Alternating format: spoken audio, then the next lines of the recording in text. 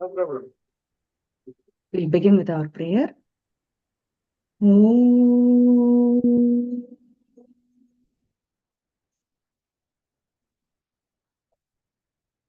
Om.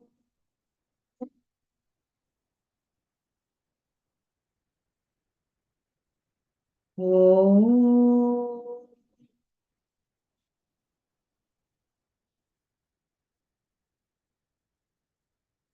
Sahana bhavatu, sahano bhunaktu, sah viryam karavavahai, tejasvinavadhitamastu ma vidvishavahai.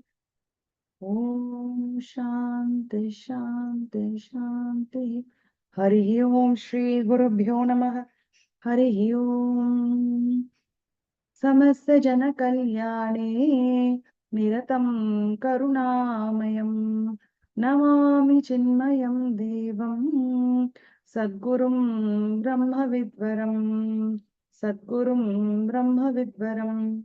Om Shri Chinmaya Sadgurave Namaha. Om Namo Narayanaya. Tasmai Namaswami Tapovanam. Hari Om. Lessons from Srimad Bhagavad Gita. We have had 6 sessions now. What are the lessons we have learned, we have reflected upon? Just to review quickly. The wise don't grieve.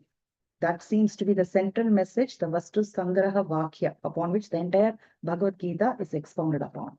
Why we should not grieve. Second lesson, the easiest practical thing to not grieve is work with detachment. Work with detachment. How to do that? Third lesson, offer the results unto the Lord and accept with prasada buddhi. Even a step further to it is if you can offer the action itself unto the Lord and do it with Ishvara Arpana Buddhi as worship of the Lord. Why, Bhagwan, I should do all this? Why can't I just try to be happy because I'm the source of happiness? Because likes and dislikes are in the way. You simply cannot sit and abide in self-knowledge.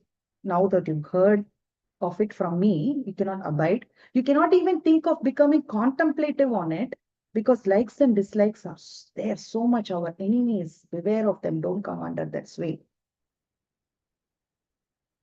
So follow your swadharma. The 5th lesson we saw.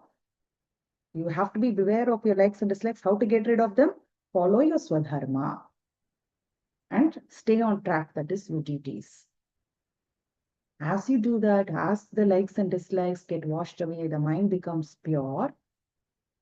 And there comes a stage when the mind, becomes contemplative, contemplation happens. Then to know the truth, approach a guru with all humility, with your eagerness to serve, with your eagerness to learn, and with utter obedience and dedication, approach a guru. So these are the things that we have seen so far. The sloka that we are going to take up today for reflection is such a beautiful sloka. I mean, we can say that about every sloka in Bhagavad Gita. This one,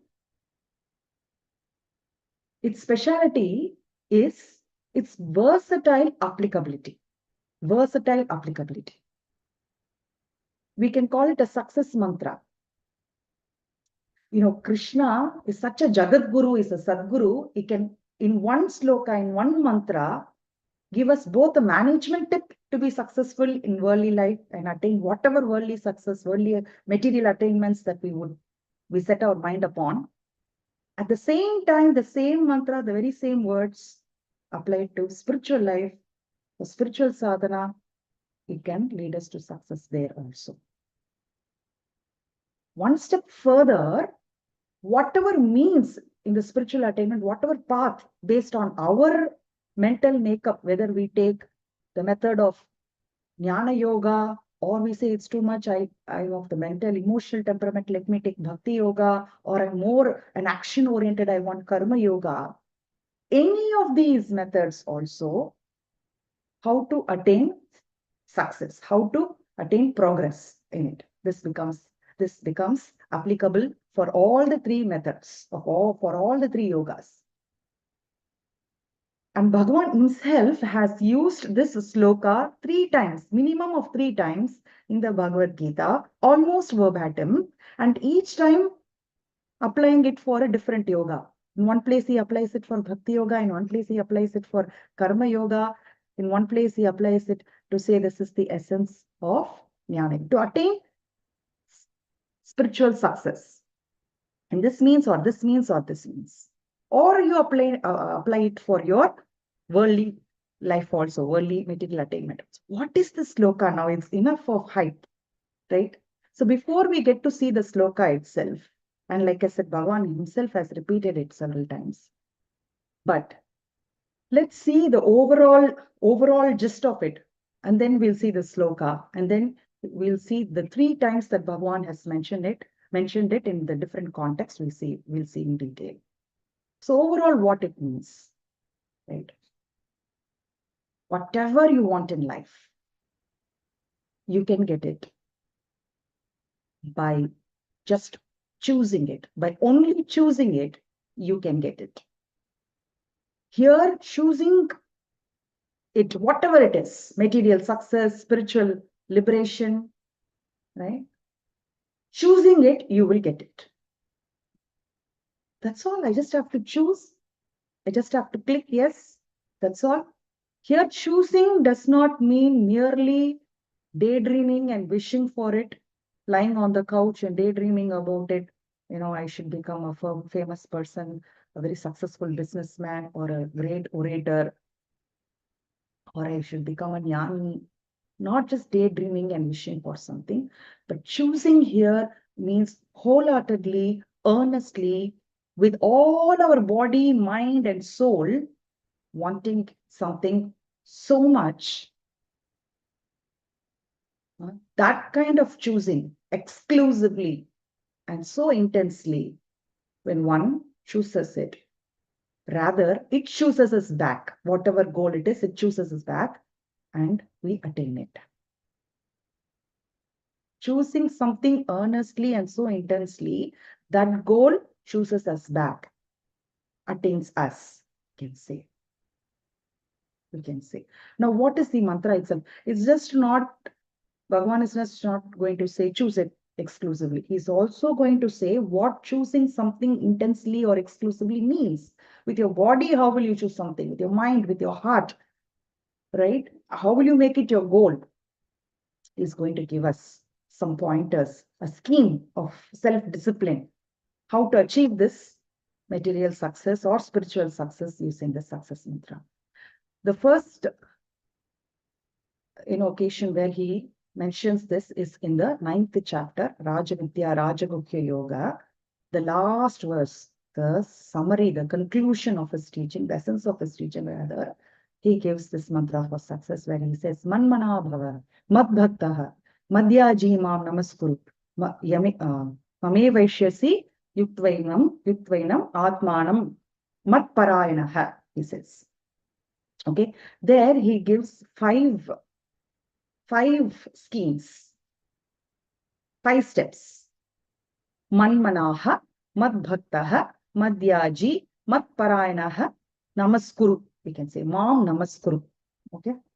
That Mam here, there, it means, Bhagavan says me, but what he means by me, sometimes when he says me, he means the Supreme Self, me as the Supreme Self, your own Atman. In some places, he says me Ishvara. Sometimes he says me Krishna. That also he has said. So here what it means, we'll see later. But that man can also be replaced with tat. Mat meaning me, mine, can be replaced by tat. Tat tanmanaha, tat bhaktaha. Means anything that we set our mind upon, whatever it is that we want to achieve. Let's take an example. Suppose one wants to become a great businessman in whatever business, family business that's been running very badly. It's been performing very poorly, but I want to pick it up, dedicate myself to it. It's a family business and I want to achieve success in it. That's what one sets his mind upon. What one has to do. First thing he says, Tanmanaha. Tanmanaha, mana is mind. Fix your mind on that goal. On that goal, whatever it is that we have said, fix your mind. Fix your mind, think about it always and always. Think about it always. But how is it possible to think of one thing exclusively always? How you can do it? Tat bhaktaha. Be devoted to it. Thoughts can be of any nature. One can think of something constantly, but it could be because of greed or enmity or some other negative intention also. But with love, with all your heart, love that goal. Fix your mind on the goal, he says first. Fix your mind on the goal. All your thoughts should navigate towards it. Always. How do you do that? Love that goal. Devote yourself to that goal. Love it with all your heart. A mother does not have to fix her mind on the child and say all my thoughts should run towards the child. It automatically does because she loves the child. When the love is overwhelming towards anything or any being, thoughts also very effortlessly and naturally navigate towards that object, isn't it? So the first thing is you love that goal, and when you devote yourself to that goal with all your heart, then your mind gets fixed on it and all your thoughts navigate towards it. You love something, you think about it all the time. Can you just stay on your couch, just loving and thinking about it, whether about any object or being also in life? We will want to achieve it, right? We will want to put efforts towards attaining it. Yes, now I love this goal that I have set, my family business. I have all feelings of love and reverence towards it. And now my mind is also constantly thinking about it. Now I cannot help but work. That is the next step, madhyaji. Put efforts towards it. Yaji comes from that, the same dhatu that comes from yaj dhatu that is used in yajna also. Puja, worship, ritual, meaning worship that goal. Worship that goal. If you worship something, you'll have to physically do something to worship it, isn't it? Like when we perform a puja or rituals, what is it that we do? We offer some things. We sacrifice. Yajna means sacrifice. Madhyaji, worship that goal, meaning sacrifice for that goal. Same example, if we take of the mother, since her love towards the child is so overwhelming, the thoughts just are hovering around the child all the time. The mind is naturally preoccupied, fixed on the child, and all the work she does, whatever effort, even the health that her own health she takes care of, is for the child only. And the self-sacrifice for that child is so natural, so full. Even worldly parents we see, they are ready to give up their all and everything, their life itself, for the sake of the child that they love. That's what the goal will take also. To achieve that, sacrifice everything. The sacrifice becomes natural. Now, if the businessman wants to watch some entertainment or wants to go on a world tour or anything, before setting the business right, he cannot even think of one day stepping aside for his personal entertainment or enjoyment or worldly pleasure. Even for his family, sometimes he'll have to make all that sacrifices for his goal. And the sacrifice becomes natural, becomes so natural, it gives a sense of joy and fulfillment. Tat parayanaha, parayana means make it your destination, make it your exclusive goal. Be steadfast in it. You can't have, I want this and that and that and this. No. That one thing becomes your primary goal, exclusive goal, and everything else, the short-term goals that we may have, should be in line with it.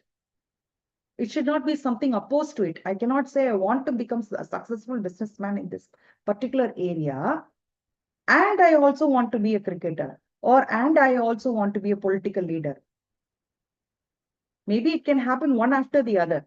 But if simultaneously we divert our efforts in 2, 3 different goals, which are not lined up, you're not going to achieve success, complete success in any one of those things. So have that goal exclusively, become steadfast in it. And the last thing is also so beautiful. Tad namaskuru, mam namaskuru, means dedicate with humility. Dedicate with humility. This is so beautiful. Yeah. Dedicate with humility all your actions, all that you have towards that goal. Means after you set your mind on something, that is my goal exclusively, right? And you love it and devote yourself towards it. Therefore, your thoughts and mind is also fixed on it all the time. And efforts also you put towards it, right? And the final thing is a surrender of oneself towards the goal, such that now the goal should choose me. It should choose me. It will attain me.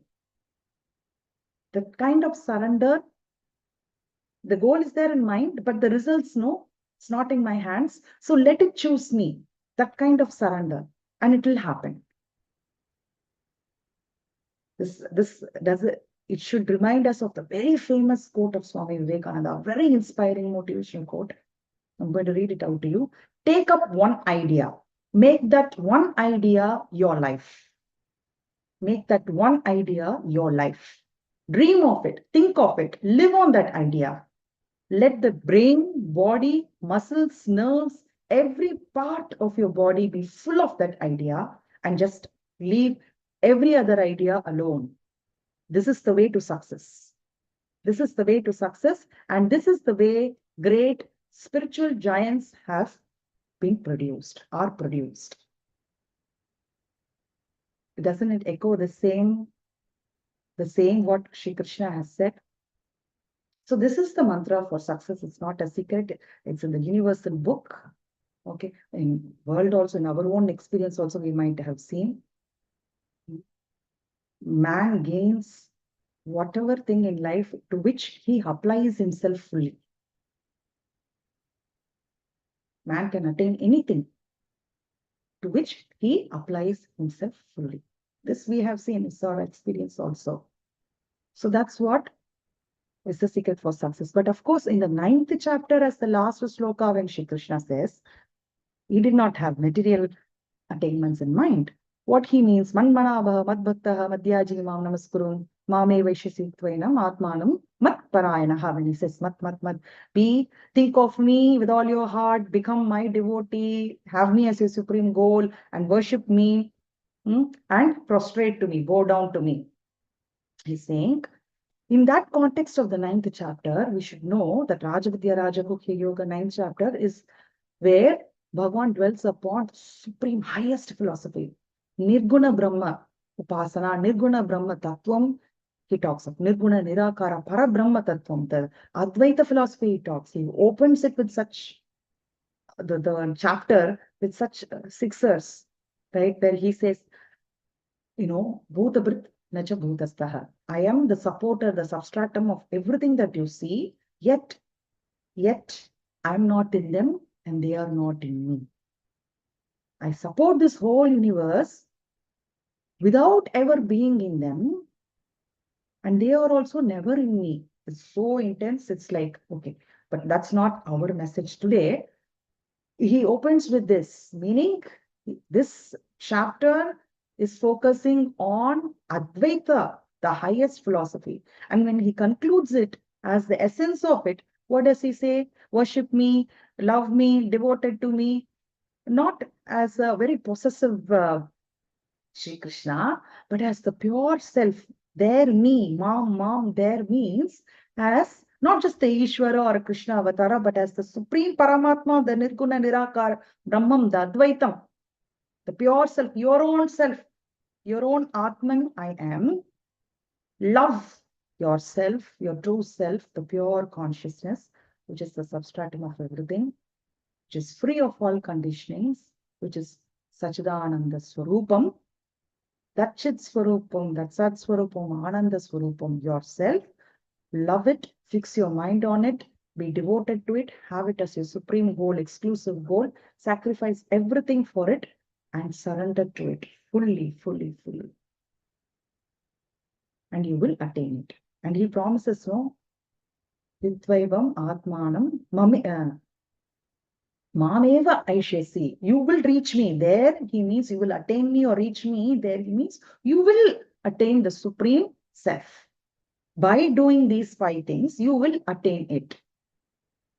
Okay, material goal, you said, I understood, be devoted to the business job or be devoted to, you want to become an Olympic sportsman or you want to become an IAS, whatever it is, or an orator also, that or not, or want to have a healthy body, be devoted, all that are physical things I can see, I can love it, I can be devoted to it, I can sacrifice towards it.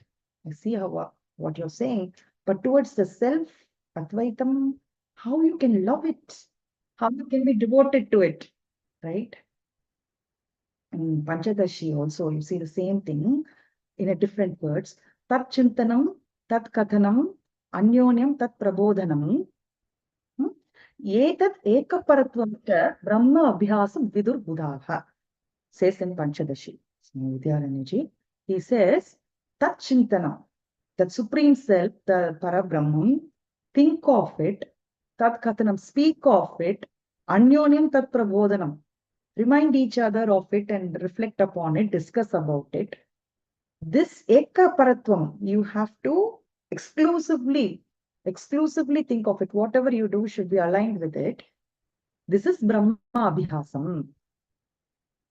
So say the wise sages. Think of it, talk about it, discuss with others about it, let it occupy your mind. That is Brahma Abhyasam. If you are not able to just abide in it or even be so contemplative naturally in it, do all these tests, Abhyasam. Talk about it, attend satsangs, discuss about it, think of it, reflect on it, write your reflections. This is Brahma Abhyasam. That way you attain it. See, it's not that it is impossible to have love towards such an abstract thing. It may seem for us right now because it is too subtle, the goal is too subtle, and we are so gross. Our mind is so gross, it is not able to love that subtle thing. That's what it is. But if you be with Guruji, and if you listen to his talks about the highest philosophical thoughts also, you will see how his heart melts and how he loves the Supreme Self. He goes into such ecstasy, and you think, it's so, it's more than human, right? So all these, that's what Swami Vivekananda see, and this is the way great spiritual giants are produced. Ramakrishna Paramahamsa or whomever, Swami Vivekananda, I want it. That's what they were so obsessed. So it's all about the evolution of the mind gradually, and one becomes so obsessed and possessed with that as so, and it chooses us. Yame Vaishavrinate Tena Labhyaha. Meaning, one attains the self whom the self chooses. Whom the self chooses. That is, if you want to achieve God or liberation, we say that should choose us. Meaning, we attain God by His grace. We attain the pure self by its grace, not by our efforts. That is that last word, Namaskuru. After making all the efforts, after being possessed with that thought, you just let it go. Just surrender. When you want something so bad, that thing attains you. It graces you. Yes, you can have me. Blesses you. In Kathopanishad, Mundakopanishad, you see that verse. The same verse again in 2 Upanishads. Avan Narulale, Avantal Vanangi, exactly. Nayamatma pravachanena labhyaha, na vedaya, na bahuna shutena, yame vaishavrinate tena labhyaha, tasyaisha atma vivrunate tanam swam. You don't attain the self, the supreme self, which Bhagavan has said in this ninth chapter, last sloka. You cannot attain it by mere spiritual discourses or by a lot of reading or by a lot of ability to retain and quote things. Not by medham, not by pravachan, not by shrutam, not by just reading and quoting, but by choosing it with all your heart. When you choose it and it chooses you, then you attain it. By His grace alone, we can attain Him. This is Swayam Varam. This is Swayam Varam. You choose it and it attains. That's Swayam Varam. True Swayam Varam. All the beautiful Swayam Varams we have seen, Rukmini, Krishna Swayam Varam that we see in the epics, in Mahabharata. This is the Swayam Varam. Sita Rama Swayam Varam is this. You choose it chooses you. So, now you see, you take off a wave in the ocean. The wave should contemplate that it is the water. But suppose that it is difficult for the wave to see that it is water. The first step for the wave is what? Is to realize that I am a wave, a part of this big ocean. I have come from the ocean, I am sustained in the ocean, and I will dissolve into this ocean. That kind of reverence and bhakti, if it has towards the ocean in the first place, that is the first step. Because it's not able to realize, I am water, just plain water everywhere. There is no such thing as other waves. No big wave, smaller wave, giant wave, nothing. No foam, no breaker wave, no this wave, that wave. There is just water, Advaitam. That wave being a small wave, its limitations not able to see, it sees multiplicity. Okay, whatever you see, multiplicity.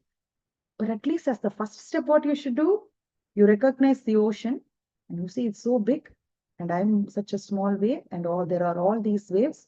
Where have I come from? Where am I? What sustains me? What is my origin? Where do I go back? Have reverence for that ocean. Okay, so now Shri Krishna uses the very same words and shifts gear, because this is so difficult for you to love the Supreme Self, which is your own self and everywhere. Okay, because mind is so gross, the likes and dislikes are there. Now shift gear to Bhakti, 11th chapter, because he says the highest always, and then he tones it down a little bit, right? So in the 10th chapter, Vibhuti Yoga, Vishwarupa Darshana, in the 11th chapter, he gives, right? He says, see me in all the glories. See my glory alone everywhere. See me as the essence of everything. Whatever beautiful, mighty that you see it as my glories. That is Vibhuti Darshana. See me in all, one and all. Then Vishwarupa Darshana, also he gave the cosmic vision. And at the end, again, as the essence of these two, the 11th chapter, last sloka. So whenever Bhagavan says as the last thing, no, that is the Samam Bonam, no, that is the summary, the essence of it, right? So 11th chapter now what? Because Nirguna Brahma Bhakti is kind of subtle, maybe difficult. Saguna Brahma Upasana you do. So I've given you tips. 10th chapter, 11th chapter, how to see me in everything, in the whole creation. So the 11th chapter end, same, almost the same, with slightly different words. Mat karma krit, mat paramaha, mat bhaktaha, sarva sangha varjitaha, nirvaira sarva bhuteshu samamiti. So as Ishvara, now he's shifting gear to Bhakti Yoga and he says, choose me exclusively, choose me, the Lord, the Ishvara. Oh wave, choose me, the ocean. I'm your creator, your sustainer, your destroyer. You choose me. So now what happens? Now what happens? Mat karma krit. All your actions, all your duties, you may not be able to drop off everything, but do all that for me, dedicated to me. Because I'm the big boss. I have given you all these abilities. I've given you this body, this mind, this intellect, all these beautiful instruments, this world. So dedicate, whether it is spiritual sadhana or your duties, you dedicate to me. Work for me. Be my adiyal, be my servant. Mat karma krit. Mat paramaha. Have me as your supreme goal. Mat bhaktaha. Be devoted to me, worship me, adore me with all your being. Meaning, if someone asks us, who are you? So we say, they give us these forms also and we fill name, age, height, weight, designation, and then spouse name, father's name, permanent address, occupation, all these things, religion, caste, community. That if any form we fill, all those are asked, we keep that information. And somebody asks this also, we say that way. I work here. I'm wife of so and so. I'm a daughter of so and so. I like to do these things. This is what I'm good at. All these things. This all becomes our identity, right? Hmm? Become a full-time devotee. Let that become your primary identification in life. A mother, whatever, that doesn't mean in form, just fill a permanent address, Vaikuntham, all those things, not that thing. Okay. You should be practical. A mother also fills out all the form, but she knows she's primarily a mother. She may have been a woman, she may have been a daughter of so and so, wife of so and so. Now that she has become a mother, her primary identity is what? Her foremost duty is what? Mother. She does not even have to speak it. It's her identity. It's in her heart. It's in every cell in her body. Right? Like that, I am a devotee of my Sri Krishna, of whomever, right? Whichever form we love of Bhagwan. That I'm a disciple. Pujya Gurudev Swami Chinmayananda. Right? I love him, he loves me. That's all. That is my primary identity. That it doesn't mean I'm not a mother anymore. It doesn't mean I'm not the head of the school anymore. I'm working in the school. I'm still the head. I have to take care of it. I'm the head of the family. I'm a mother. I still have to take care of my children. But my foremost is what? I'm a devotee. I'm a devotee. So all this belongs to them. I'm just a trustee. He has destined these things right now, so I'm doing it with all my heart, of course, fully. But for what? For that, right? So just realign and align your body, mind, intellect with God. Sangavarjitaha. See, mind is such a thing, it cannot think to two things at a time. At the same time, it cannot be in void, right? So you give Bhagwan as the patrikol, as what you have to hold on to. And it has to be exclusive. So Sangavarjitaha means be detached from everything else. Nirvairaha sarvabhuteshu. Do not have enmity or hatred towards any other being, even those who try to harm you. Even Shankaracharya Ji in Bhasham says explicitly, even those who may try to harm you, do not have hatred. Because what is your ultimate goal, Bhagavan? Any like attachment, sangam, or vaira, that is enmity, hatred, that you may have, constricts your love towards God. If you have to exclusively love God, then you have to be free of not only worldly attachments, but also worldly hatreds. These likes and dislikes will come in the way and constrict your love towards God also. So get rid of it. Be focused on your goal. And also, now that I have given you Vibhuti Yoga and Vishwarupa Darshana Yoga, you see all in me and me in all. Now, how can there be a second thing for hatred or for attachment? There must be a second thing other than God. When everything is me, how can you hate something? Or love something as different from me? You love something because of me. You cannot hate anything because of me. Love all, hate none. He who is such a devotee attains me. Again, he says. So slowly the mind evolves, and now the wave is able to appreciate the ocean. Isn't it? Sri Ramakrishna Paramahamsa Ji says, the love that a chaste wife has towards her husband, a miser has towards his worldly possessions, right? And a worldling has towards worldly sensual pleasures. All those three kinds of love rolled into one, if you can shower towards God exclusively, then you will have him. He will possess you. He will come to possess you. That's what it is. So when one becomes so dedicated to the Lord, mat karma krit, mat paramaha, mat bhaktaha, sangavarjitaha, nirvairaha, then This is the Swami Bhritya Nyaya, that is to have the attitude of a servant. The Lord is my master and I am his servant. Everything I do is for him, is for him alone. So that means what? He is the means and he is the goal. We get into a car to go to a temple. The vehicle is different, the destination is different, the goal is different. But that is not the case here.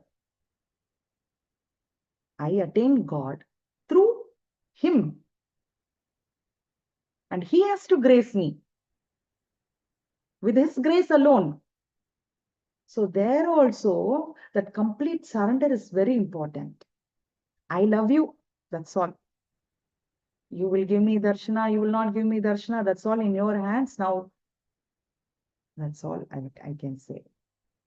Right? With such a devotion towards a Saguna Ishvara, so towards a particular form of God with particular qualities, then the mind becomes so pure, the likes and dislikes are gone. Then the water, then the wave realizes, it suddenly dawns to the wave. Okay? When it has become so much identified with the ocean, it has become so pure, all this limitation, it has no particular attachment or hatred or enmity towards any other wave. All those differences get dissolved, and without any motion, the wave suddenly becomes the water. It becomes one with the ocean, and it realizes it is the water. So Saguna Brahma Upasana Bhakti Yoga is a step towards self-realization. There also you need to follow these 5 steps. Finally, the final chapter, the 18th chapter, and that also towards the end, towards the concluding verses. We know almost the concluding is Sarvadharman Parityajya. He says that, no? The sloka before that, exactly same words. Manmanabhava madbhaktaha madhyajimam namaskuru. And here he gives a promise. What he gives? Pratijane priyosime. He says, I promise you, I pledge that you will attain me because you are dear to me. Following the same steps, fixing your mind on me, fixing your heart in me, fixing me as a supreme goal. When you sacrifice for me and dedicate everything towards me and surrender to me, you will attain me. That is my promise to you. And we know Lord keeps his promise. He will keep his promise. And here when he says that, this he says as the essence of his teaching towards Karma Yoga. Because next also is Sarvadharman Parityajya and all things. So Nirguna Brahmam, okay, so subtle. Then Saguna Brahma Bhakti Upasana, think of God. Right? That also I cannot do exclusively when I have some duties and all that. So now you what? Fixing your mind on the God and having him, the primary identity as I am a Bhakta of Bhagavan. And Namaskuru here. Namaskuru here means what? Surrendering all actions and results unto him in both favorable and unfavorable, especially in unfavorable. When we put all efforts and something has gone terribly wrong, in a very, very, very, a very bad situation, a bad result has come, completely unfavorable, not what I worked for, not I really expected or wanted to do. But because there was complete surrender, you think of that unfavorable situation or that failure also as Bhagavan's prasad, especially because it's not that you willed for it. You didn't think of it, you didn't want it, it was not your will. So who else's will it must be? It must be the God's will alone, which has come with a specific purpose to purify me, to absolve me, to strengthen me from within. With that kind of complete surrender, when we offer everything, thus you will come to me alone. This I promise, Pratijane, Priyosime, you are dear to me, he says to all of us. To all of us. You are dear to me. So want me and me alone, and I will come to you. I will come to you and I will take you. Like I have taken the Gopikas, I have taken over, Rukmini, I will come to you. Lord keeps his promise and he says liberation is the unfailing result of complete devotion and surrender to him. Have me as your goal. So through Karma Yoga also, what we do, dedicate all actions, everything, whatever it is that we wanted to work for the society, lead the nation, some selfless supreme goal, whether it is your family, society, or humanity, or nation, hmm, that Karma Yoga that you do, dedicate everything and to the divine and get fulfillment in life. Because you have all that potential and I've given you that potential and I want you to use that potential for a higher, nobler cause, a selfless cause. Doing that, you will attain me only at the end. Like the river giving itself, sacrificing itself, devoting itself to the ocean becomes the ocean with complete self-surrender. With this Karma Yoga attitude also, dedicating all actions, whether it is your family duties or the worldly duties, like that river, all your actions will come and merge into me. Merge into me and you will attain me. That's the Lord's promise. So, final essence, he says, choose me. Choose me with all your heart.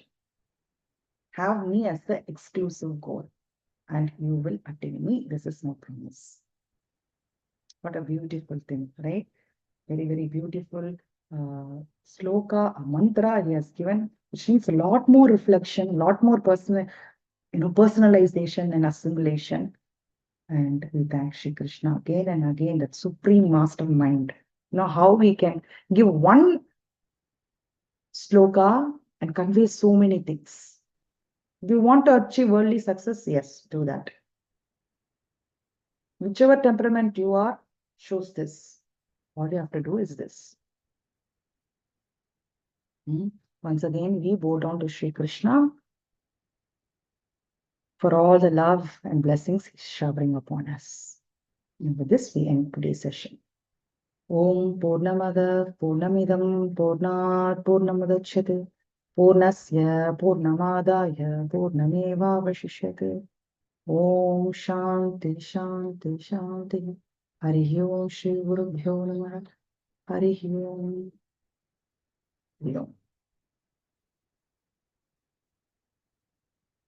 Hari Om Ma.